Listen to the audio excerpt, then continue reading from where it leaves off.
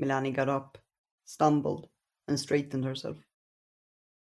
We hadn't travelled in a long while, and it would take all her strength to do it. It was a healer's speciality, but I knew she wasn't fit for it now. But it wasn't as if I would be able to tell her otherwise. Stay here, she said, and walked away a short distance, where she stopped and closed her eyes. I knew better than to disturb her when she was preparing, and so I watched her raise her arms above her head, drawing circles in the air, and then bringing it down to the earth. It was a movement I had seen countless times, but I never thought I would experience it this early on in our journey. She was always at her most beautiful when she concentrated, her brow in a small frown, her mouth pursed slightly, and the rest of her face relaxed. I could watch her for the rest of my time on this earth.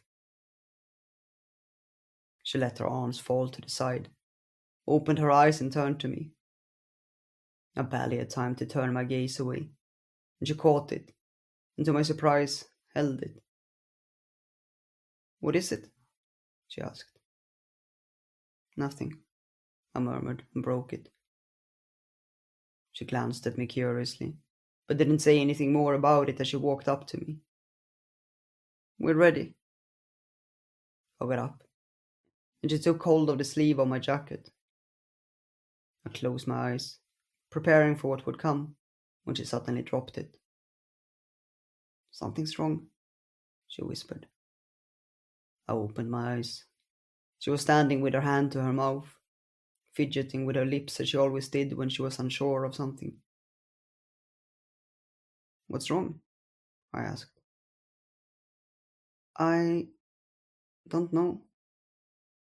She dropped her hand and turned to watch the city landscape stretching out below us.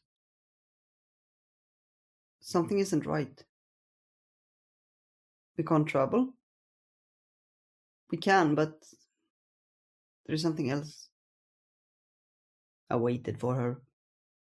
There was no way to rush her when she was thinking. She turned to me. We don't have any other choice. We'll have to deal with it when it comes. She took hold of my jacket again, and as I closed my eyes, I felt the familiar force whirling around us. It wouldn't be long now until the yank came just as unexpectedly as ever, and it thrust me to the side, and I felt the ground disappear underneath my feet. I didn't fall. You never fell when traveling. You simply floated until the destination arrived, and you were on safe ground again. At least, that's what I'd been told. I had never opened my eyes to confirm it. Slowly, the soles of my feet began to feel the familiar firmness beneath them again, and I dared to look around. We were standing in a forest, with no civilization as far as the eye could see. I turned to look at Milani. Where have you taken us? She glanced around, making sure we were in the right spot. Somewhere safe. She walked a short distance into the woods, came back, and said, We'll wait here. Someone will come.